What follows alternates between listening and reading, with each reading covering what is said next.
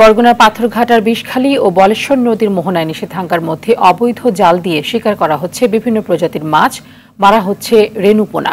নেই প্রশাসনের নজরদারি। অভিযোগ রয়েছে স্থানীয় মৎস্য কর্মকর্তা ও রাজনৈতিক নেতাদের ছত্রছায়ায় মাছ শিকার করছে অসাধু জেলেরা। বরগুনা থেকে তাহিদুল ইসলাম শুভর পাঠানো তথ্যচিত্রে আব্দুল হামিদের রিপোর্ট। ৫৮ দিনের মাছ শিকারের নিষেধাজ্ঞা চলছে সমুদ্রে।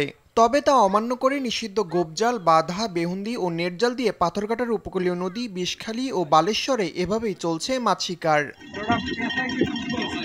অভিযোগ আছে স্থানীয় প্রভাবশালী ও রাজনৈতিক নেতাদের সহযোগিতায় অবৈধ জাল দিয়ে মাছ শিকার করছে জেলেরা।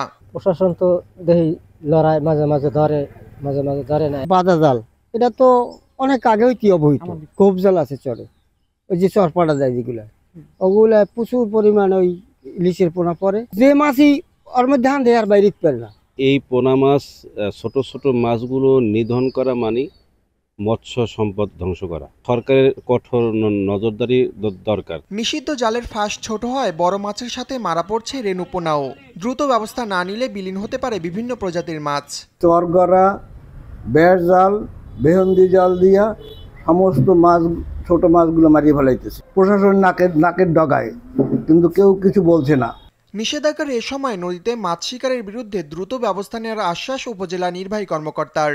ইতিমধ্যে আমরা এগুলো নিয়ে অভিযান করেছি, এই জালগুলো নিয়ে অভিযান করেছি। আমরা কিন্তু ব্যাপক আকারে অভিযান করেছি। কিছু অসাধু ব্যবসায়ী যারা আসলে এই কাজগুলো এখনো করছে, এটা আসলে আমাদের জন্য খুব দুর্ভাগ্যজনক। তবে হলো আমরা তাদের বিরুদ্ধে যে অভিযানগুলো চলছে, এই অভিযানগুলোকে আমরা আরো জোরদার করব। এভাবে পোনা নিধন করলে আগামীতে মাছের চরম সংকট তৈরি হবে নদীতে। প্রকাশ্যে রেণুপোনা মারা ও অবৈধ জাল ব্যবহারের বিরুদ্ধে প্রশাসনকে আরো কঠোর হবার আহ্বান স্থানীয়দের।